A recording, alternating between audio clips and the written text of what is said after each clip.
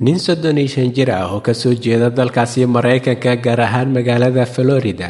ayaa maxkamad loo soo taagay kiis la yaab leh kadib markii uu si bilaash ah ku raacay in ka badan 120 jeer duulimaadyo kala duwan oo diyaaradeed. 35 jirkan Mareykanka ah ayaa lagu helay dambigan kadib markii uu si khiyaamo ah ku raacay in ka badan 120 duulimaad diyaaradeed kuwa oo uu ku raacay lacag la'aan isaga oo iska dhigayo xubin ka tirsan shaqaalaha diyaaradda.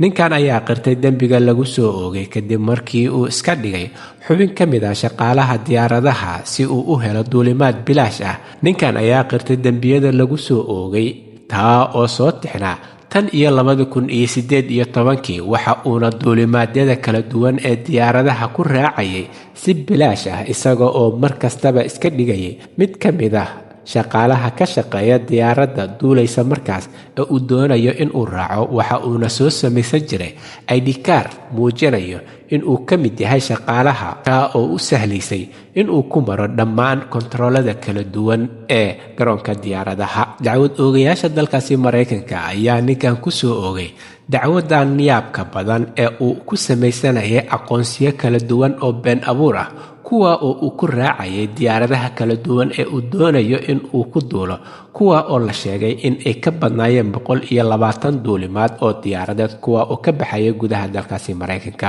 35 jirkan Mareykanka ah ayaa wajihi doona haddii uu ku cadaado kiiskan in uu mutaysto xarig gaarayo 20 sano oo xabsi ah ka oo uu ku mutaysan doono dambigan. kiiskan ayaa indhaha lagu hayaa dalkaasi Mareykanka waxaana si weyn uga hadlaya warbaahinta kala duwan ee dalkaasi. halka ay wararka ugu doorkaroon idinkaga imaanayeen waa Somali Voice in Norway ama codka Soomaaliyeed ee Norway waxaana idinla socodsiinaya aniga oo ah Cabdullaahi Shiine.